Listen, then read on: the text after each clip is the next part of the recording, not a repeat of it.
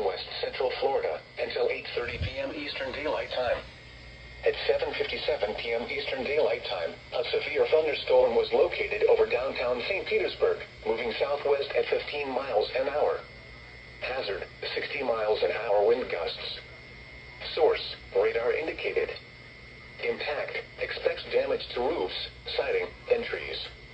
Locations impacted include Gulfport, Bay Pines, Tropicana Field, Tierra Verde, Sawgrass Lake Park, Vinoy Park, Passagrille Beach, Lake Maggiore, Boyd Hill Nature Preserve, and downtown St. Petersburg. For your protection, move to an interior room on the lowest floor of a building. Repeating, a severe thunderstorm warning has been issued until 8:30 p.m. Eastern Daylight Time for the following counties in Florida: Hillsborough and Pinellas.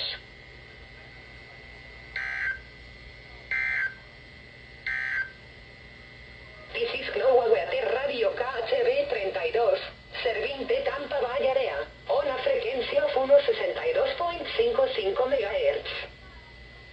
The current time is 7:59 p.m. Eastern Daylight Time.